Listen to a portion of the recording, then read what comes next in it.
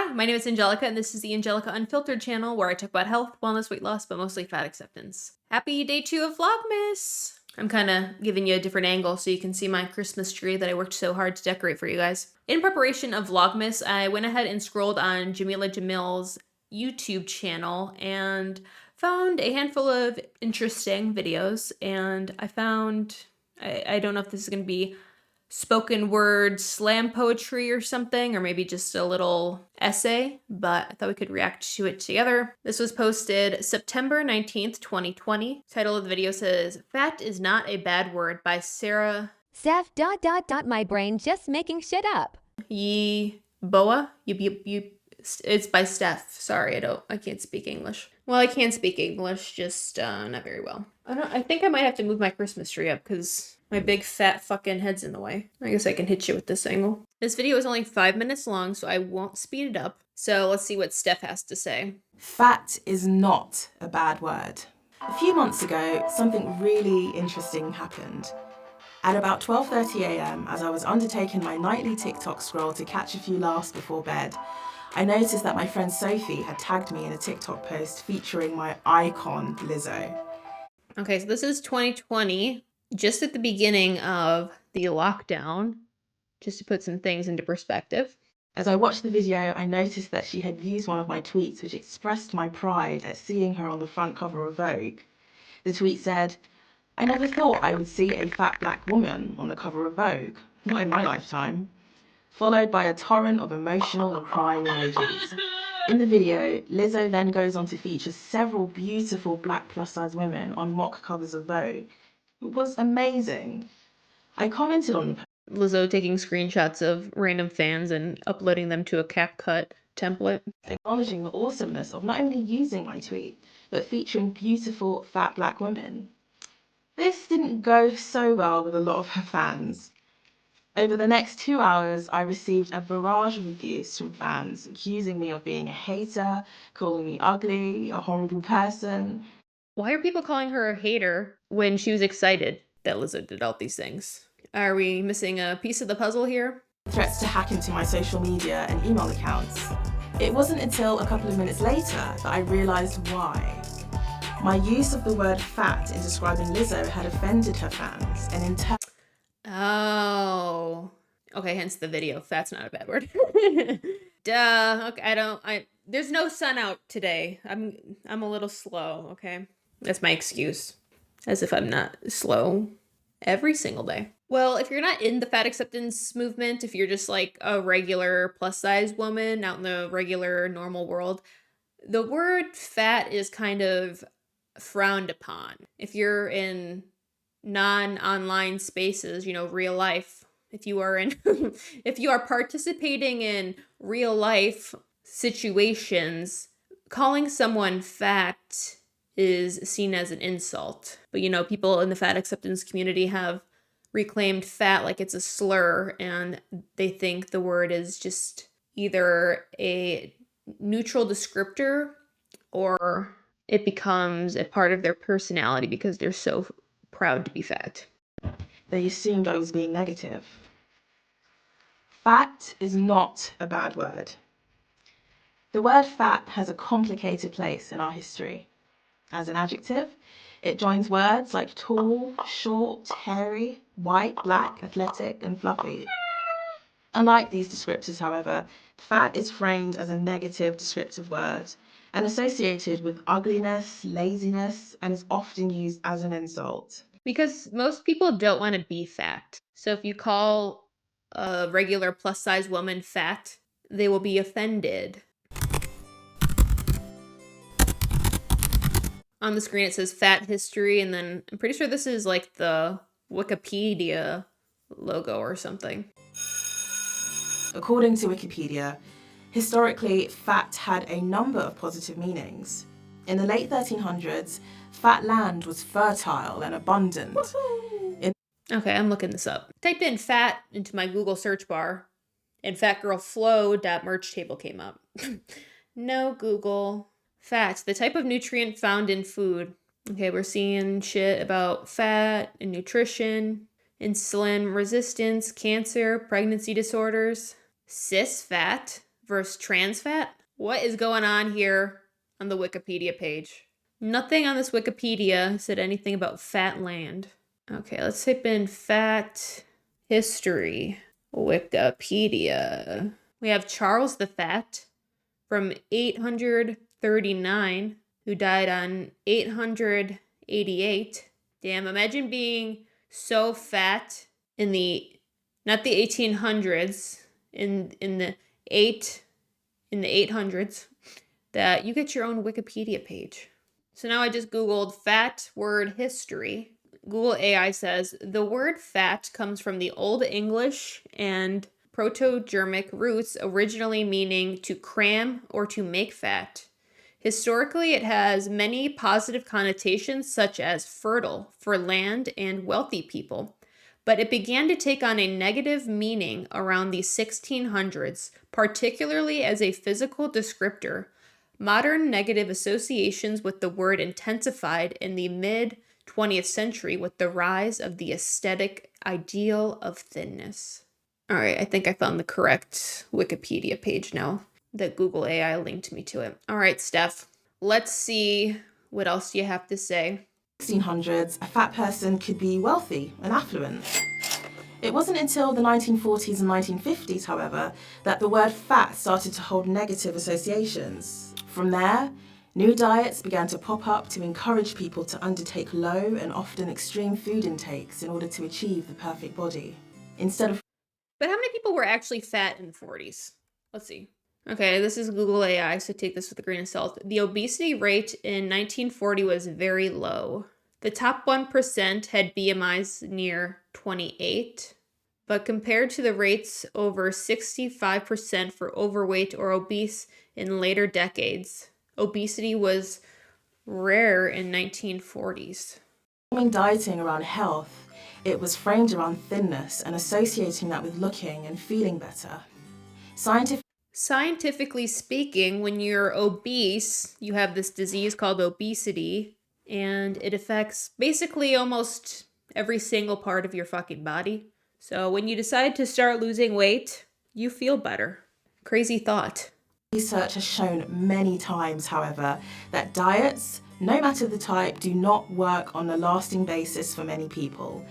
95% of diets fail, and many people that go on diets gain all their weight back plus more. Therefore, no one should ever try to lose any weight, not even a pound, because if you lose 1 pound, you're going to gain 2 back. Well, that's what fat acceptance logic says.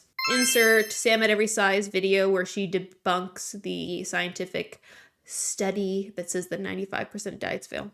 It's the ongoing splurge of new diets being touted to gullible people. More importantly, there are many reasons why a person may be bigger, and that does not make us moral failures. There are hundreds and thousands of reasons why people could be fat. One of them, according to fat acceptance queen Tess Holliday, 80% of people are fat because their ancestors survived a famine. So, viewer, if you are pondering how you got to your size, blame it on your ancestors. It's their fault for surviving a famine. Unfortunately, since they survived such scarcity, that has made you obese. And there's nothing you can do about it. I'm sorry.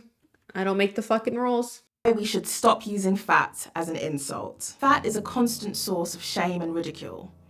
Did you know that research showed that kids as young as 4 would not want to be friends with a fat child? Sorry. 4. That's not even kindergarten, right? Is that even preschool? I don't think so. God, no one should even be fucking fat if you're 4 years old. But kids are so humongous nowadays, it's like actually devastating.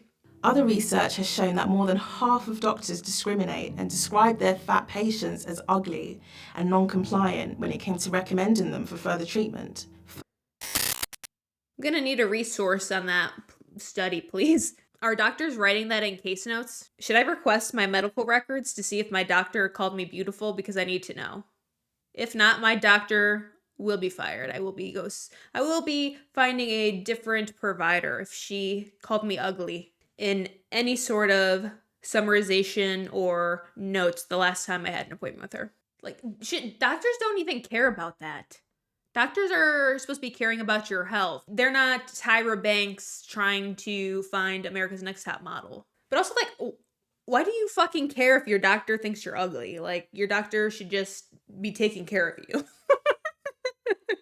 I don't care if my doctor thinks I'm a fucking loser, as long as they could put aside their bias and take care of me. That's really all that I care about. And also, like, if you're continuously seeing a doctor for multiple reasons, say you have multiple different ailments because you're fucking super morbidly obese, if a doctor describes you as non-compliant because you haven't lost any weight to lessen any of your health problems, I think that word fits the situation that you're putting yourself in.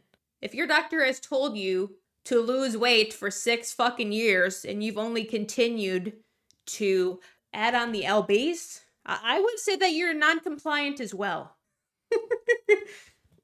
Just how, like, if you had lung cancer and you kept fucking smoking and your doctor told you to stop, they would also describe you as non-compliant. You're not doing what they told you to do. You're not listening.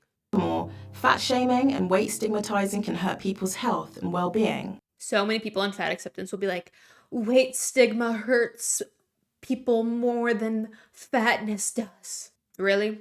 Is fat phobia going to give you a stroke? Is weight bias and discrimination going to give you type 2 diabetes? Your doctor telling you to lay off the sweetest fish? That's not weight bias. That's your doctor doing their fucking job. Has been associated with weight gain, health, for further treatment. Furthermore, fat shaming and weight stigmatizing can hurt people's health and well-being.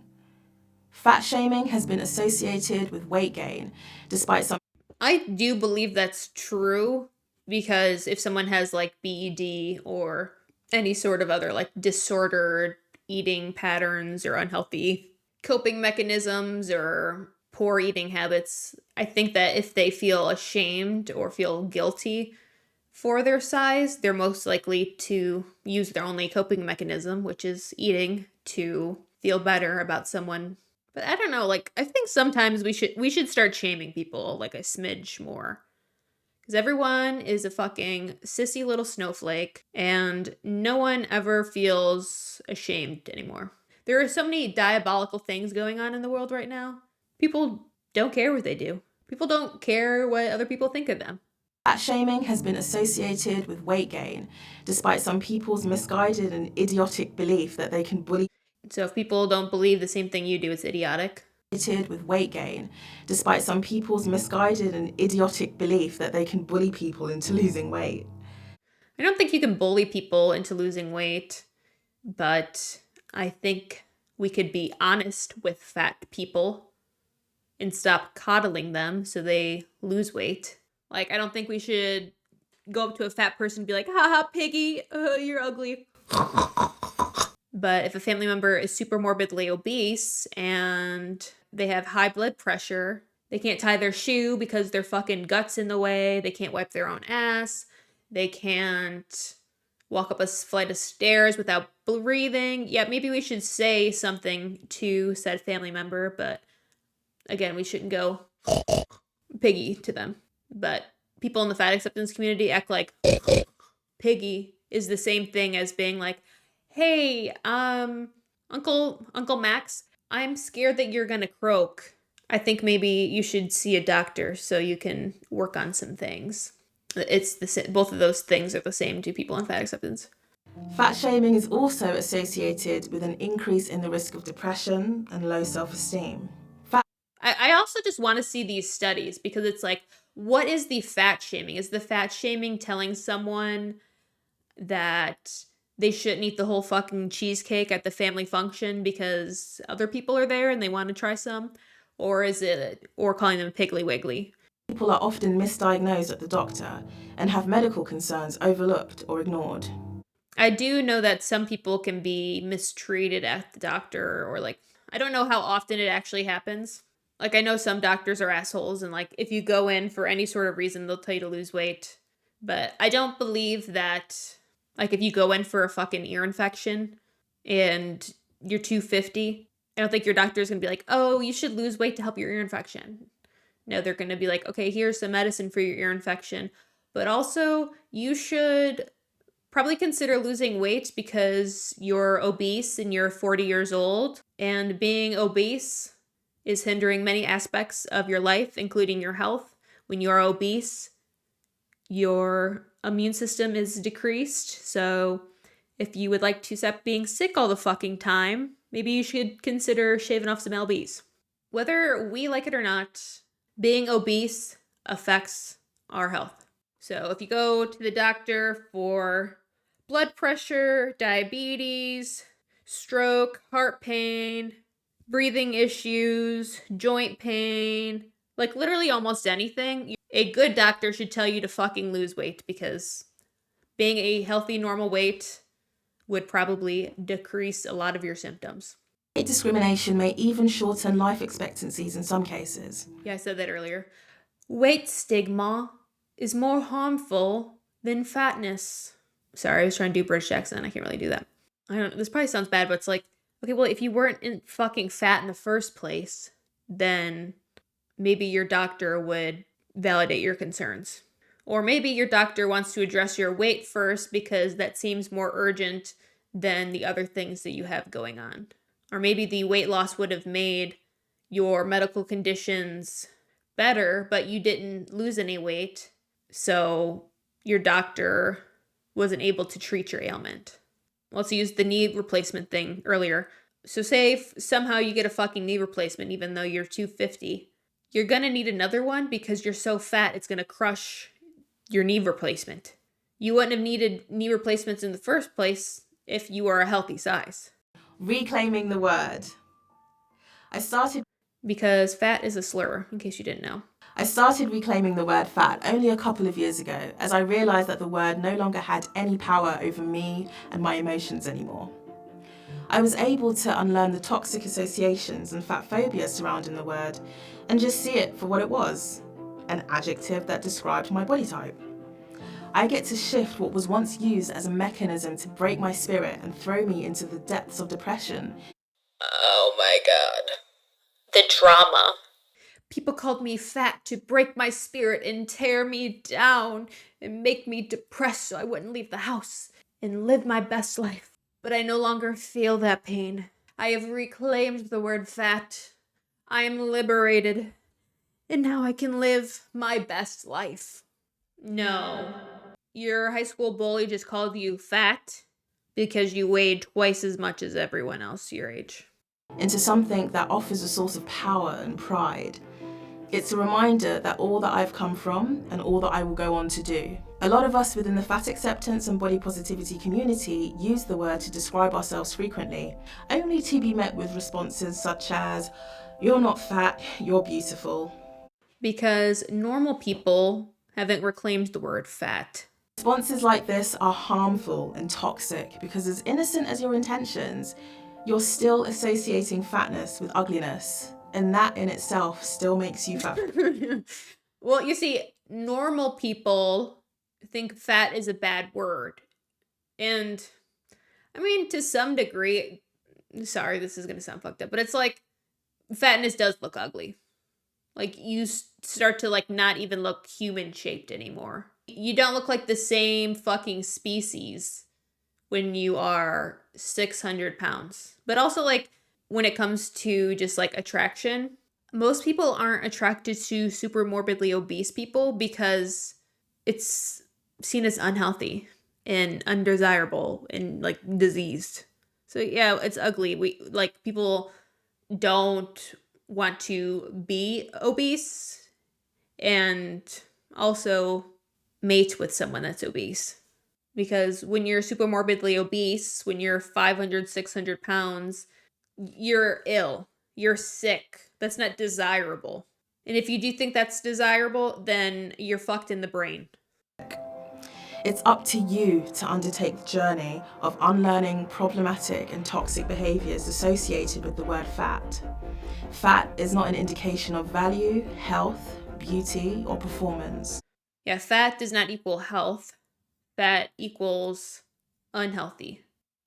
Fat is absolutely not the worst thing a human being can be. Fat is a noun. Fat is an adjective.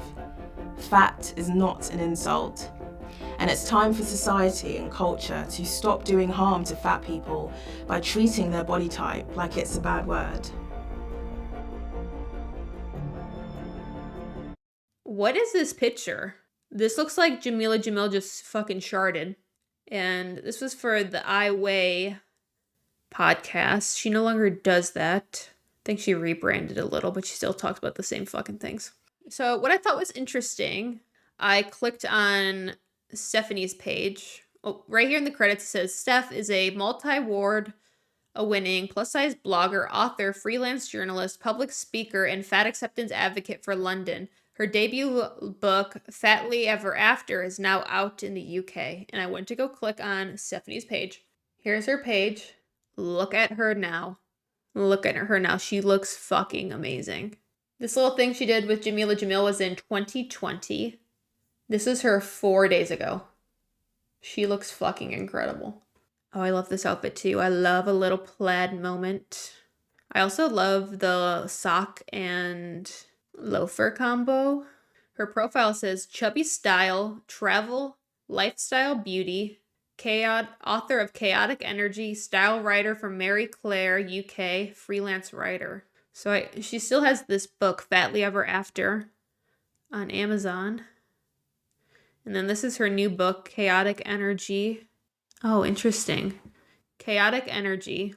Watch out, world. Artemis is entering her villain era. Artemis teams has never been lucky in love. It's not a lack of opportunity. She has no shortage of dick appointments in her Google Calendar, nor a lack of confidence. Fiercely embracing her size 26 body and expecting others to do the same. So her book came out in April. Do you guys follow her? Let me know.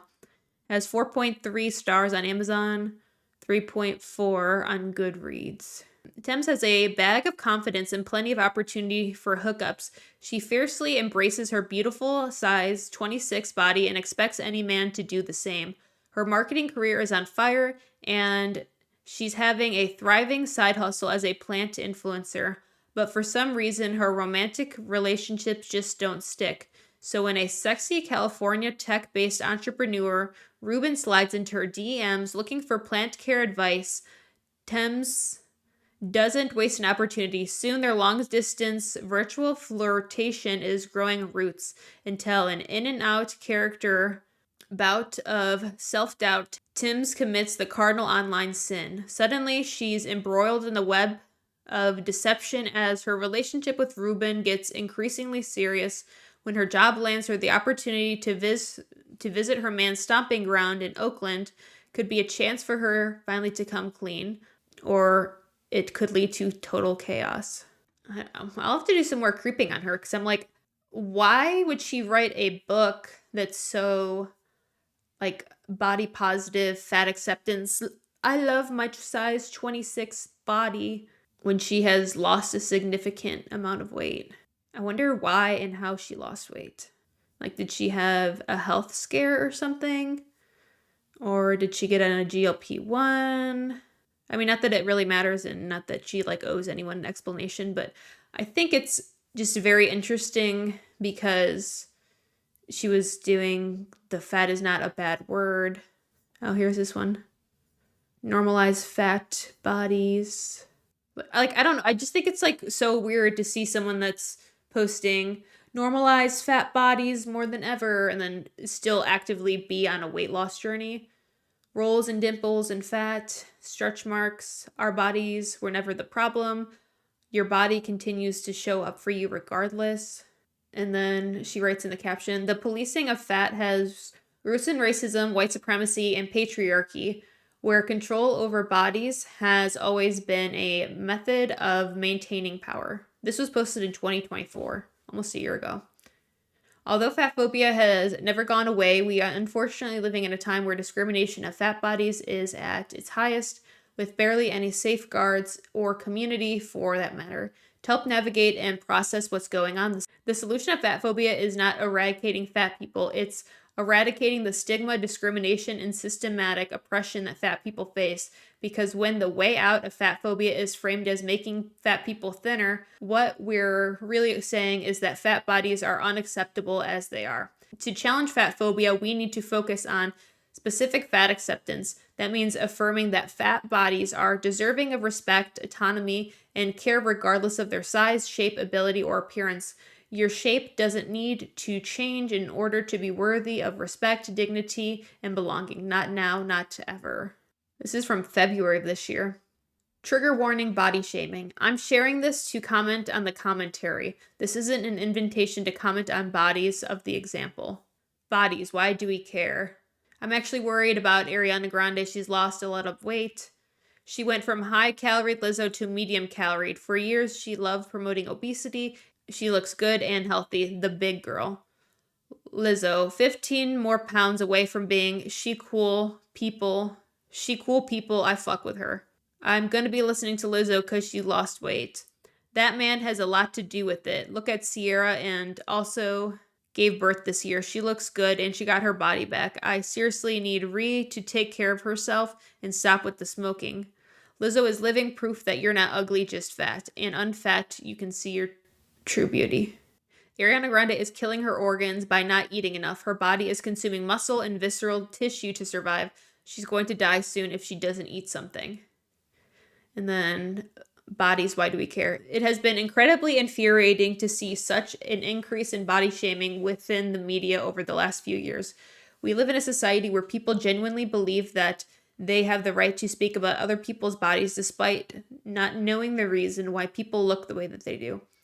So I think it's interesting that she's talking about thin people and plus size, bigger people. These few examples show and prove that regardless of how you show up in the world, people will always have something to say about your body. Okay, but like, oh my God. I wasn't even showing everything. I'm sorry. Hopefully I just posted it on the screen. It's like all of the examples that she showed are people that are extremely concerning. And well, I guess Lizzo's losing weight the healthy way, but like with Ariana Grande, people should be concerned about her. Like she looks like a skeleton. And when you are in the public eye, people are going to make comments, especially if they care about you. You can be fat and be the subject of scrutiny, fat phobia, and body shaming. If you lose weight, however, you will still be the subject of scrutiny and body shaming. People will never be happy, so we need to stop trying to live our lives and adjust our bodies for people literally do not know what they want. Regardless of how we choose to show up in the world, people are always going to have something to say. And in a perfect world, I would love it if we stopped commenting on bodies altogether. Our bodies are not and have never been the most important things about us. Our bodies, big or small, should not determine our worth. Our bodies, for the most part, are not indicative of health. However, I'm aware that is subjective. I mean, I can agree to a point, like, especially as a woman that's like in the public eye, like it's damned if you do, damned if you don't, you know? What's that fucking Britney Spears? Oh, Mrs. She's too big, now she's too thin. You want a piece of me? Go listen to Blackout by Britney Spears, her best album. But it's like, yeah, like, okay, now you're too big, now you're too fat, and you're like, people are going to talk. Who gives a fuck? Like if you're genuinely healthy, who cares what you look like? Who cares if someone comments on your weight? But if, as a society, almost everyone is concerned about your size, like Ariana Grande, yeah, then there's probably something going on that you should pay attention to. It's not like haters. It's not like Ariana Grande lost 10 pounds and she's like a little underweight. She looks concerning. She looks ill. She looks like her and Eugenia Cooney probably share the same fucking wardrobe. Like, she looks ill. Something is going on there. It's different than someone being like, oh, you look a little chubby. Oh, you look like you lost too much weight. Like, our bodies are a reflection of our habits over a long period of time. Like, if you look at me now compared to 2 years ago, like, I think you can kind of see that things are going a little bit better. Of course, when you look at me, you don't see my blood pressure and my different blood results, or if I have fucking type 2 diabetes, or if I have heart palpitations. But like, like you can just kind of like make a generalization, okay? There's a little bit more light in my eyes. Most people would think that I'm doing a little bit better than I was 2 years ago, but like the human species is very visual. We see things and we make comments on it, especially when it comes to pop culture and, you know, celebrities that we follow or celebrities that are really famous. And I don't really think I've seen too much hate on Lizzo for losing weight. I think maybe some fucking morons in the fat acceptance community hate her for losing weight because she has internalized fat phobia and misogyny and blah, blah, blah. But like most people are happy that she's losing weight. Whether we like it or not, our actions have a reflection on our appearance. Lizzo was like 300 something fucking plus pounds and now she's in the 200s. Like that's great. Most people are happy for her. Most people wanted her to lose weight and she's doing the right thing. People are congratulating her. Ariana Grande has always been thin and now she's underweight. So people are concerned because she doesn't look good. And I'm not saying that because like, oh, I think Ariana Grande looks ugly. It's like, no, she looks unhealthy. Like there's something going on that needs to be taken care of immediately. So this was from February. We have a plus on Tryon Hall, size 18, but she is from London. So a size 18 there would be a 14 here.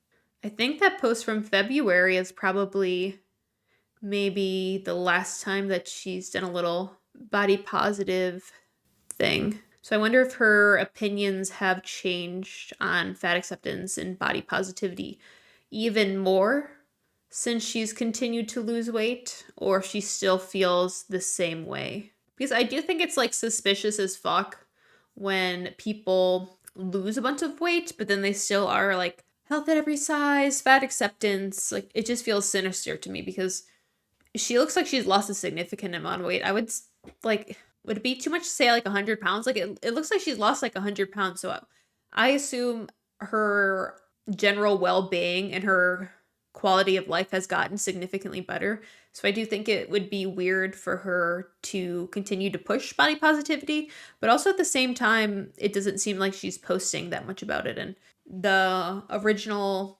video that she did for 𝒹𝒻𝒻𝒾𝓁𝒾𝓃𝓀𝑒 oh my god, I don't even know if I'm saying her name right. I don't even know if I'm saying her name right because I've been filming for a couple hours and my tongue is starting to get twisted. That was made in 2020 and now it's literally almost 2026. So I'm proud of her for losing weight. I think it's fucking great that she's lost weight. I'm happy that she's lost weight. I hope that she is doing it in a healthy way because I want her to be healthy. I want everyone on fucking earth to be healthy. That'd be fucking great if everyone was. It doesn't seem like she's into fat acceptance, which I'm happy because it doesn't seem like she's posting about it as much. I mean, who knows? Maybe she is into it. I didn't scroll and like read all of her posts. And you know, this was posted in 2020 and obviously a lot has changed since then as a society, but also as a person for Steph, which I'm happy to see. Let me know if you guys follow Steph and if you know anything about her, but I've seen some of you guys comment on my videos being like, I'm happy to see that like you left fat acceptance and it gives me hope that other people will leave fat acceptance. Like I have friends in fat acceptance and I hope one day like they'll get the same clarity and be able to escape, and it gives me hope for the future, which I really appreciate. Like people that say that are super sweet, but I think a lot more people have escaped the fat acceptance or body positive community. It's just they aren't public figures, so they're not like posting about it all the time. Like Steph or like me or like other people that have posted on TikTok or have made anti-fat acceptance content here on YouTube. It may be a slow battle, but we are tearing apart the fat acceptance community. Little by little, piece by piece. So let me know your opinions about Steph. I think I found some other weird things from 𝒹𝒻𝒻𝒾𝓁𝓸's YouTube channel, so if you guys are interested, I'll react to some more of those videos. Maybe some videos of actually 𝒹𝒻𝒻𝒾𝓁 in them. Let me know your opinions about Steph. Let me know if you think fat is a bad word. Let me know if you think weight bias is more harmful than fat. If you made it this far, then leave some plant emojis. If you enjoyed this video, make sure to like this video. And if you enjoy me, consider subscribing because I would love for you to watch more of my videos in the future. I hope you have a great day. Take care. Peace.